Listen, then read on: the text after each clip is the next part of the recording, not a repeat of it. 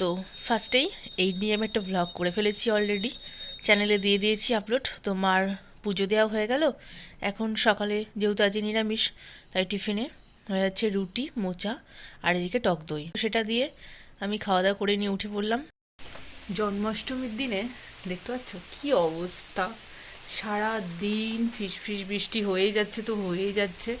Weather দেখেই বুঝতে পারছো আজকে যেহেতু নিরামিষ খাবো আমরা, তো কি হবে, খিচুড়ি হবে। তো মা তো আজকে ওসব খাবে না, চালের জিনিস কোনো কিছু।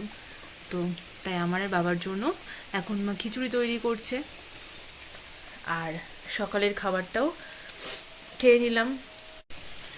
আজকে আবার প্রীতমদের বাড়িও পুজো। ওদের বাড়ি যেহেতু গোপাল আছে বড়, মোটামুটি ভালোই ওরা টুকটাক ভালো করেই পুজো করে, তার জন্য তো আমার আবার নিমন্ত্রণ আছে, ওখানে যেতে হবে। বাট এত বৃষ্টি পড়ছে, যতই ফিসফিস হোক, এখন যেহেতু এই ওয়েদারে বৃষ্টিতে একটু ভেজা মানেই জ্বর চলে আসা। তার জন্য দেখি কি হয়, যাওয়া যায় কিনা। আমি জানলা দিয়ে তাও একটু দেখাচ্ছি তোমাদেরকে, না মাটি ভিজছে, এদিকে সারাক্ষণ বৃষ্টি ফিস ফিস ভাবে, বিরক্তিকর ওয়েদার। স্নান করে আমি এখন বাবাকেও দিয়ে আমিও খেতে বসে পড়লাম। তো সকালে যে মোচা হয়েছিল মোচা, আর দুপুরে এই যে মা তাড়াতাড়ি করে করে রেখে চলে গেছে খিচুড়ি, পাঁপড় ভাজা আর বেগুন ভাজা। তো আমি এখন খেয়ে দিয়ে উঠে, মানে স্নান টান করে উঠে খেয়ে দিয়ে নিলাম। মা বাড়ি নেই, মা হলো জেঠিদের বাড়ি গিয়েছে। ওই বাড়ি হলো দুজন মিলে, জেঠি আর মা মিলে। আমাদের যেহেতু বাড়ির সামনে কৃষ্ণ মন্দির, তো সেখানে আজ যে সন্ধ্যাবেলা কীর্তন হবে, ফল প্রসাদ দেবে, তার জন্য মা হলো তালের বড়া ভাজছে, মা জেঠি। আর এখানে মা হলো গুছিয়ে দিয়ে গিয়েছে এই ফল প্রসাদটা। হলো এখন আমি যেহেতু যাবো প্রীতমদের বাড়ি, তো ওদের বাড়ি দিয়ে দেবো ফল প্রসাদটা। তো চলো যাওয়া যাক। তবে এখন ঢুকে পড়লাম প্রীতমদের বাড়ি।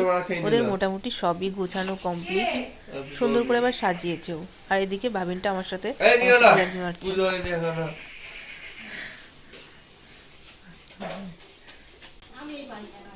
তোমার সাথে ইয়ার কি হচ্ছে, তুমিও সেরম।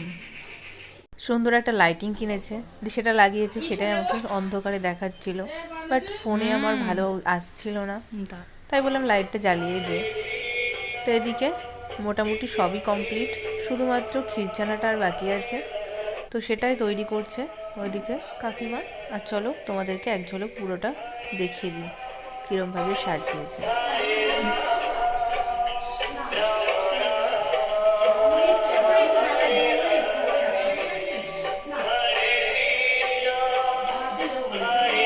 ক্ষীরটাও হয়ে গেছে, এদিকে তুলে নিল। আর এদিকে চলে এসছে পাশের বাড়ির থেকে একজন সেজে গোপাল, তো ওকেও বসিয়ে দেওয়া হলো। এখন পুজোও স্টার্ট।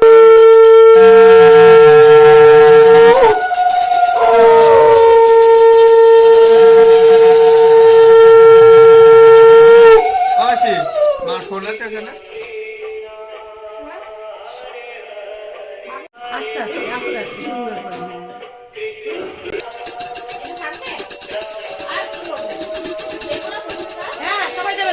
বোনের জন্য যেহেতু আবদারে এই বাড়িতে গোপাল নেওয়া হয়েছে, তো ওর দিয়েই পুজো করে নেওয়া হলো। আর এখন পাশের বাড়ির একটা দিদি হলো এখন গীতা পড়ে নিচ্ছে।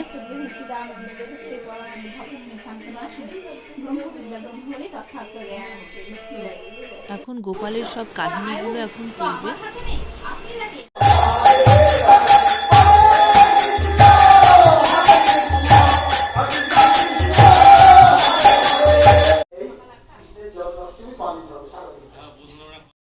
তো ফাইনালি তাড়াতাড়ি করে আমি এখন তাড়াতাড়ি বাড়ি চলে আসলাম, কারণ 4:30 থেকে আবার আমার পড়ানো আছে, ওই জন্য। তো পড়িয়ে ঠড়িয়ে আবার পরে আসছি। আর আমাদের এখানে তো শুনতেই পাচ্ছ, বাড়ি এসেই দেখলাম শুরু হয়ে গেছে মন্দিরে কীর্তন। তো হোক, পড়িয়ে উঠে এখন চলে আসলাম একটু বাইরে, ওরাও চলে গেল আর আমি বাইরে আসলাম। গীতা পাঠ হয় আর মাঝে মাঝে কীর্তন হয়। তো দেখতেই পাচ্ছ আমি বাড়ি বসে বসে কীর্তন শুনছি, যেহেতু আমাদের বাড়ির সামনে। এখন অনেকক্ষণ হবে, সেই রাত 8টা অবধি প্রায় হবে, তারপরে প্রসাদ দেওয়া হবে। তো মা যেটি ওখানেই আছে, তো আবার পরেই যখন প্রসাদের সময় তোমাদের সামনে আসবো। তো আমার যেহেতু পড়ানো ছিল, তার জন্য আমি তাড়াতাড়ি করে চলে এসেছিলাম প্রীতমদের বাড়ির থেকে। প্রসাদ আনতে পারিনি, তো তাই পাঠিয়ে দিল মা বাবার জন্য। এখন ও এসে দিয়ে গেল, তো দেখি কী কী দিয়েছে চলো।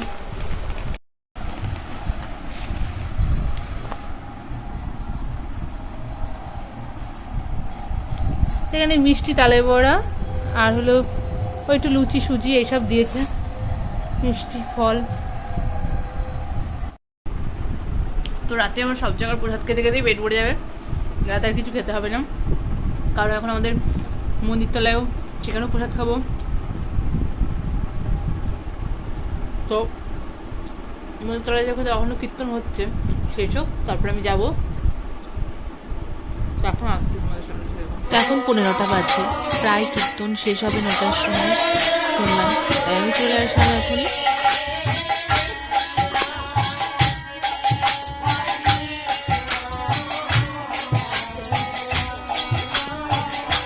কীর্তন শেষ করার সময় যে গানটা গাই এখন সেই গানটাই হচ্ছে।